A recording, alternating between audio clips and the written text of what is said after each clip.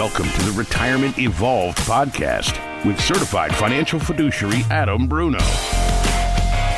Yeah. Yes, it is podcast time, everybody. How are you, Adam? Good to talk with you again. Yes, sir. It's great to be with you, Bill. I got stuck in Miami for a little while last night. So we were talking about that. You went to the, for those who don't know, Adam is a huge Bills fan because you're from upstate New York. I am, Niagara Falls. Huge Bills fan, and went to the Miami game, and this was just yesterday, actually, and you got stuck downtown, huh? Yeah, and it was first world problems, Bill. We've been talking about on the podcast the electric vehicles and everything. And right. Everybody knows my wife has a Tesla now, but what we did was we traded up and we got her the new Mercedes electric SUV, but it does not apparently charge as quickly as the Tesla does. So I can confirm that because Tesla, we charge a half hour, we're good to go back on the road, it's fully charged again. This thing, we had to go to 3 different charging places. And 2 of them didn't work. The third one finally worked, but it was going to take 2 hours just to get enough charge to get back home, which was crazy to me. And it's funny. It's kind of like God was laughing at me a little bit because every time we went to one of these other charging places, there was a Tesla charging spot across the parking lot. And you could just see everybody coming and going with their day, right? Yeah. Have you tried a PlayStation charger? Those work pretty quick on my stuff. Yeah, I heard that those are. Yeah, that's good. Yeah, no, I don't think we're there yet. No, we're not going to fit. Okay. Yeah. All right. Well, it's funny you're talking about that because we've talked in the past before about flying cars, right? And how the Jetsons lied to us, right? That we should have flying cars by now. I know you love that sound. Got to land your car. Okay, yeah, all right, there we go. We don't have a flying car yet, but apparently we might have the next best thing. It's a hovering motorbike. It looks like something out of Star Wars, really. It's got 4 downward-facing propellers that enable it to float about 10 feet up in the air and hit speeds of almost 65 miles an hour. It's got handlebars. While it's floating in the air? Yeah. Handlebars just like a Harley. 1 small tank of gas buys you 40 minutes of hover time. They're only making 200 of them, but they are a little expensive. What are we talking? How about $777,000? Oh, whoa. Wow. Well, yeah. Listen, I got to tell you, I'll have to find somebody who owns one, though, because that sounds cool, that's doesn't it? Pretty neat, huh? I mean, if it actually does what they say it's going to do, that could change everything, right? Yeah, now I'm not sure what the price was pre-inflation, but but that's what they're going for these days. Oh, man. Well, I feel like, I got to tell you, I mean, can we put a price on life, right? I mean, if these motorcycles are zooming around in the air instead of on the roads, you kind of assume that it would be a little bit safer, right? But the other question I have is if they own one in Florida, do they have to wear a helmet in the air? Well, I'm sure you do. I mean, come on. Look, if you take a right down the street you're not used to and there's an oak tree, you're going to be it could be trouble happening high above your house, and you don't want that to happen. So this is going to lead to a whole new Pandora's box. How do we make sure these people are doing the right thing in the air? Are we going to have flying motorcycle police officers now? I mean, I can just my imagination's taking off here. Well, I've always been a big fan of Darwin. And I just figure, look, if these things come along and people don't use them right, kind of thins out the herd. That's all I'm saying. That's right. Whatever happened to survival of the fittest? Not if a child plays with too many marbles and gets it stuck in its throat, that child isn't going to live. I mean, it's kind of like we get so offended by all these things, but accidents happen, right? It's how much more. Yeah, it's so funny. It's crazy. I can't remember his last name, but there's a comedian. He's about my age. His name is Brad something, but he talks about that. He says, when we were kids, stupid stuff hurt for a reason, right? It was so you didn't do it again. Oh, my God. It's so true. He said, sticking your finger in a light socket, you got shocked. We didn't have plugs that went in a light socket. Mom just said, don't put your finger there, and if you did, it hurt, and you didn't do it again. And I got to tell you, I bet my parents didn't want that stuff up just because it's such a pain in the butt. It's childproof, so that means they could never use the doors either. Exactly. It's crazy, and you're hopping around baby gates in people's houses and stuff. It's unbelievable now. And the funny thing is, Carlin used to say it best, right? He used to say, the other thing we do in the society is we have these shots for everything. We have these shots and this and that. And, whatever happened to just having a strong immune system? And he used to talk about how they grew up in New York and they would swim in the Hudson River with raw sewage. They never had polio. Exactly. Why? Because we swam in raw sewage, right? Exactly, yeah. I mean, it tempers the immune system. Yeah. So there is something to be said about that. We do live in I guess the best word is a padded society now, right? Yeah, we're overprotective. We just have to pad everything. Yeah. But I've always been a big believer in the philosophy that, stupid should hurt. Because that's how you learn, and then you don't do that, whatever that dumb thing was again. So, and you gotta lose, Bill. You gotta lose and fail sometimes. Otherwise, you don't learn anything. Exactly. Otherwise, you're not stronger for it. Right? Exactly. And we're just trying to stop that, especially with the kids these days. Yeah. It's gone to ridiculous lengths. When they stopped keeping score at soccer games, I was out on that. I'm like, are you kidding me? Yeah. This is when I was playing Little League. We got a trophy because we won the league. Right? It's not now. Everybody gets it's crazy. Yeah, now get off my yard. Get off. Oh, man. Well, listen, we do get together every week to talk about how our retirement money is being affected. Not necessarily about retirement or getting there or whatever, but Adam is, of course, a certified financial fiduciary, also a private wealth manager, founder, president, CEO, head of the golf team at Evolution Retirement Services.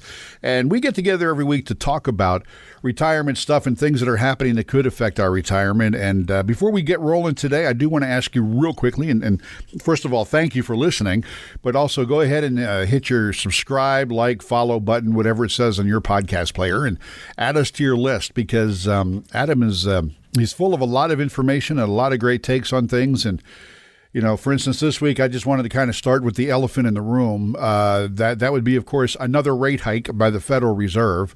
What is this now? This is like 8 this year or something. I don't know. I've lost count. I think we're on 5. Yeah, but it is the third consecutive increase of 75 basis points, with a promise of even higher interest rates to come, as we hear from Fed Chairman Jerome Powell. We anticipate that ongoing increases will be appropriate. We are moving our policy stance purposefully to a level that will be sufficiently restrictive to return inflation to 2%. And Powell went on to say that, nobody knows if their actions are going to cause a recession, and no one can predict how bad a potential recession could be. So really, I walk away from all this thinking nobody knows what the heck's going on, Adam. And we were expecting the rate hike. But what about the way Powell's talking about everything? Well, I think it's exactly like you just said, Bill. And as hard as it is to admit, right, we've talked a couple times about how much faith we have in our leadership right now. And Powell's comments just kind of is that air quotes around faith, by the way? Right, faith. Faith. I am using the air quotes, just like I do when I say financial advisor. Right. What this really means to me is they, as you said, they're just going to do whatever they can to try and get inflation back down to 2%. But nobody really knows. Now, he can't come out and say that, though. He can say, we don't know whether it's going to cause a recession. He's being honest, at least, and saying we don't know. But people that are trying to draw order from these comments, they're just not going to find it. It's the Wild West right now. And you know what I find really interesting, and we may have talked about this too, is that even though we're in this unfamiliar territory of the kind of inflation we haven't seen in 40 years, and prices of everything are through the roof, but people keep spending. It's almost like if people have the feeling that if we just pretend it isn't happening, maybe it'll go away. Am I crazy, or am I looking at this weird? No, you're not crazy at all. And again, think about it. Think of how many times we've told this story about how long we artificially held down, interest rates. And now the 75 basis point norm every time they raise them, think of how much it would have been better for us if, in 2011, 2012, 2015, if we just slowly started raising them even by 0.25%, if we wouldn't have been so greedy, if we wouldn't have been, it's just, we've created this environment where everybody is going out and spending because they had such a long period to have low interest rates on things when they went and bought, right? So, it's going to take an even bigger shift to even try and get back to normal. That's like the conversation we have when people are talking about investing, right? And people think, well, I lost $20,000 this month. The market will go back up. I'll get it back. What they don't realize is it takes 2 to 3 times as long sometimes just to get that money back that we lost, just to gain that ground. And there's certain things that happen with that. There's fees involved. There's things like that, internal costs of the investments. So it often takes longer. And that's why I always like to tell the same story. It takes just as long, if not longer, to come out of the woods. Just as long as it took you to get into the woods, it takes you longer sometimes to find your way out, right?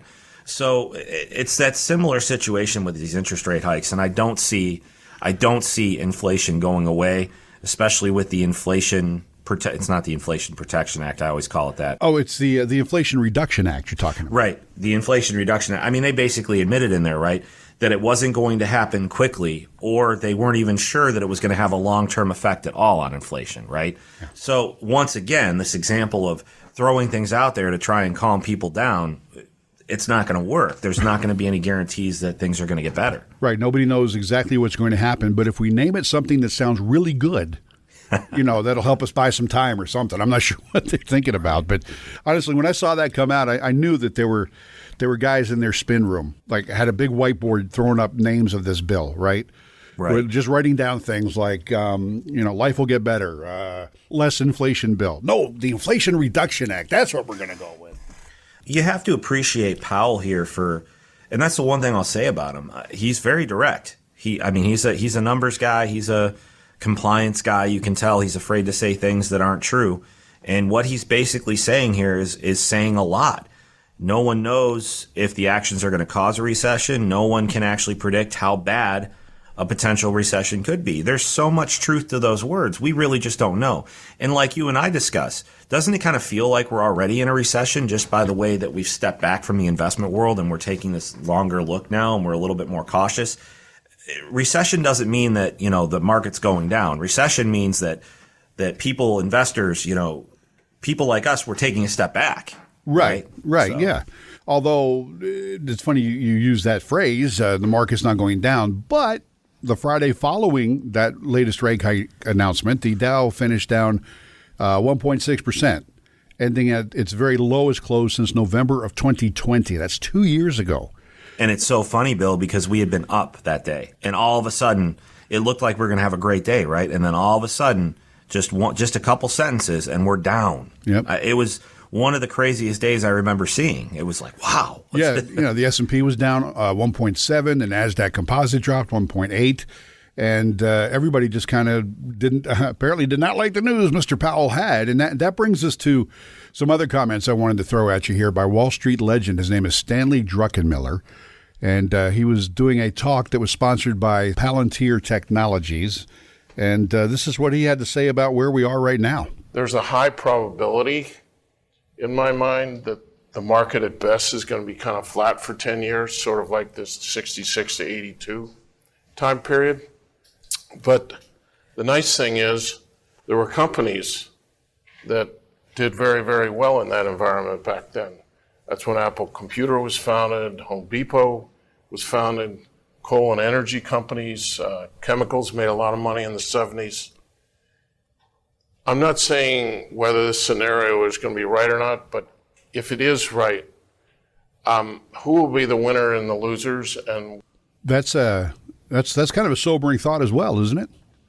It is. I'm not going to read too much into it because the period that he's talking about was kind of this resurgence. It was almost like a renaissance in the electronic world, right? I mean, this is where we first start discovering computers, chips. We start really realizing how much work there is to do in that industry and that really the sky is the limit. So the market obviously did exactly what he said it was, but I wouldn't say that it was a horrible time period. I would say that because now look, 30 years later, if you invested in those companies, you're multimillionaires, right? So the opportunities are there. And I feel that way. I feel that way about certain sectors right now in the investment world. I feel that way about electric vehicles as much as I hate to admit it.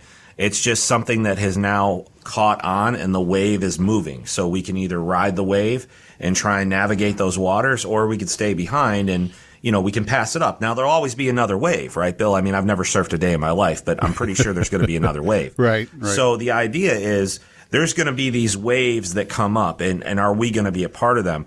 I do feel we are positioned for another Renaissance type event like we saw with the rise of Apple, the rise of computers, the rise of technology.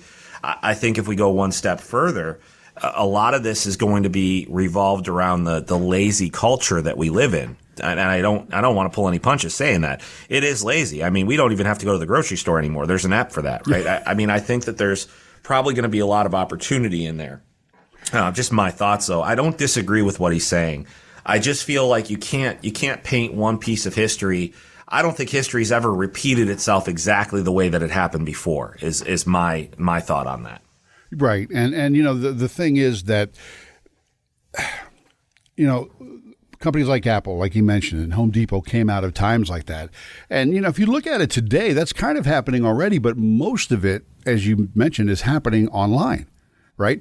Right. Everybody's I think it's working. a big movement. It's a big movement to virtual. I mean, yes. And how many people haven't gone back to work, as we've talked about before, since the pandemic, because they found ways to make money online? You know, my wife and I are getting ready to go on a cruise next year for our 25th anniversary. Well, happy anniversary. Thank you. Well, we're not there yet, but I'll take it. Well, we still got some time. Okay, yeah. Got it. And in lieu of that, I just happened to, you know, check out a YouTube about cruising, right? I found a video about cruising. Well, that sent me down a rabbit hole that is filled with people who do nothing but cruise and do vlogs about it, right? All these video blogs about it. And this is what they do, and they make money doing it. You know, we look at each other, and some of these folks we're watching, they're taking 20 cruises a year. I'm like, how do they do this? Well, that's the thing, Bill, and I want to be real clear about this. I don't want to take anything away from the entrepreneur spirit of some of these vloggers. I'll give you a perfect example. I know you and the wife like to cruise. You know how much I love Disney. It had always been a dream of mine to own Disney Vacation Club points, so I could basically go, you know, whenever I wanted. And you could stay at the best resorts and everything. And it's a point system. Every year your points renew, and you can use them again the next year. Well, there was a group, a man and a woman who had recently been married. They cashed in everything. I think they cashed in like $220,000 or something, and they spent the whole year at the Disney Vacation Club properties. And I'm not even sure that they had the points. I think they were just paying to stay in the rooms. Wow. And all they did was video log the rooms, the resorts, and they ended up becoming like this YouTube sensation. You know, they have millions and millions and millions of views. Yeah. Now, think about that for a minute, though. All of us wonder, you know, we look online and we see descriptions of the rooms, right? But here's people that are actually in the rooms at the resorts answering questions. It's kind of, it filled a need, right? But look at what they gave up to get there. They basically bet everything they owned on themselves. Yeah. So I'm not saying that it takes away from, I'm not trying to take away from that entrepreneur spirit. If anything, I think that this whole video movement, this whole virtual movement, it's been something insane to watch. I've been enjoying it. Yeah. And it's work, because these guys have to, if you're going to be successful at it, you have to have something new every day. And that's what gets hard, is figuring out the content that you're going to put up every single day. But you know, some folks are doing it, and they're doing it very well. And you know, we're talking about inflation. We're talking about how it affects our retirement. We're talking about a lot of things. So if anything you hear today raises questions, or you have questions about your retirement or want to get ready for retirement, let me give you the number at Evolution Retirement Services. It is 866-838-3765. 866-838-3765. Adam does his best to talk to everybody who calls in. And again, if you have a question, comment, whatever, please feel free to give him a call. But as we're talking about inflation, I ran across this article too about shrinkflation. That's actually happening because of inflation, right? It's true. A lot of the things that we buy are getting smaller. Right. You're paying more, but you're getting less, right? From toilet paper to snacks and beverages. Cans of soup. Well, you know, we were talking about new Doritos a couple weeks ago, right? The mustard and ketchup flavored Doritos. Well, and you know, those things are only a quarter of the way full anyway. The rest of the bag's air. Well, right. Well, according to Frito-Lay, who makes Doritos, the package size has been reduced from 9.75 ounces to 9.25. So that's half an ounce. Right, which equals about 5 or 6 less chips per bag. Now, you might not notice the difference, but Frito does, and that kind of downsizing has actually saved them about $50 million. Well, you know, and it's healthier for all of us too, right, Bill? Yeah. I mean, Yeah. We're not eating that extra 5 chips. I mean, that's the way I would look at it if I were CEO. Yeah, you're going to pay a little bit more, but guess what? You're going to pay a little bit more to be healthier because now you don't have 5 more chips to eat. Because no one can eat just one, right? No. Ba-boom. Well, I'll do you one better. Think of the investment world, right? A typical mutual fund has an internal cost. This is a cost that families, they don't normally see. It comes out of the performance, right? But just a typical mutual fund cost of 0.5% or 0.5% to 1% internally, think of how much money is being spent for that mutual fund company, how much money that mutual fund company's making now. Right. Just that extra 1% off of performance. I mean, they call them 12B1 fees, their advertising fees, things like that. But they're able to, to get commercials and full color ads in Wall Street Journal, and they're taking all of that extra money. It's happening now, and it's been happening for years. So I guess that's a great comparison you made. If you're upset about losing 5 or 6 potato chips, I mean, think about how much money you're losing if you're invested in mutual funds or high cost funds like that. Yeah, that. And I was thinking too about insurance. I mean, you're a big football guy, right? So you watch football. I mean, how many times do you see Jake from State Farm? Oh, God. Right. So all those commercials explain why your rates might be so high, right? I mean, it's crazy. I think I would absolutely agree with that. And the fact of the matter is that there are certain areas, like we're in Florida, right? If we weren't in Florida, I shouldn't say that. If we didn't have Miami in Florida, our rates would be a lot lower. So that one city is the cause of all the rates going higher because of the population and how many claims they have, things like that. Same thing with New York City, even though nobody drives. Insurance rates are crazy, so the rest of the state kind of suffers a little bit. And no matter what you do, these insurance companies have to raise their rates every year. They have to because the coverage becomes more expensive for them. As we see interest rates slowly begin to rise, things like that, they're not getting the same return on their investments either. So, to your point, when you see Jake from State Farm on there, I don't mind seeing Jake. When I start to worry is when I'm seeing Aaron Rodgers and Patrick Mahomes and all the big name guys that they had to bring in to pay to do this commercial, right? That's when I worry a little bit more, because why are we spending all this money if you're just going to gouge me on my rates next year in a rate increase anyway? Well, because then you can tell people you have the same insurance Aaron Rodgers has. And there's something to be said about that, Bill. I'm telling you, people want to do what everybody else is doing. There's so much. We're so obsessed with celebrities and star power in this world now. It's like, wow, why would I want to have? I mean, look at Flo from Progressive. It used to be the Progressive team. Now she's dating the actor on there now, right? Or they're doing that little skit where John Hamm's trying to date her, right? So even Progressive has gotten in on the celebrity thing now, right? Yeah. But, saying you have the same insurance as Aaron Rodgers or whatever, it's not like you're getting an extra, 5 chips in your bag or anything. It's not really pushing your life forward. No, it doesn't do anything. Anyway. I mean, to be even loosely associated with Aaron Rodgers right now, I'd want to bash my head against the wall. I'm not a fan. I'm not a fan of the things he says or decisions he makes, They have a horrible, and that's why. Please remember once again that phone number for Adam. Oh, okay. No, I gotta say though, Bill, I'm glad you brought this up. There's something to be said about the strength of a team. Our success, our Evolution Retirement Services, Evolution Wealth Management, our success is based on the team that we have here. We have 2 estate planning attorneys, 2 CPAs, we have 2 CFPs. We have a whole team, certified financial planners. I'm using a lot of letters here. But we have a whole team to support us and support our ideas and support our vision, right? And you get a guy like Aaron Rodgers who has a brand new team around him this year and decides to skip the first, voluntary workouts and doesn't come until the very last minute of the preseason to start, getting on the same page with his team. And you saw the results of that. The first game they didn't even look like they belonged on an NFL field.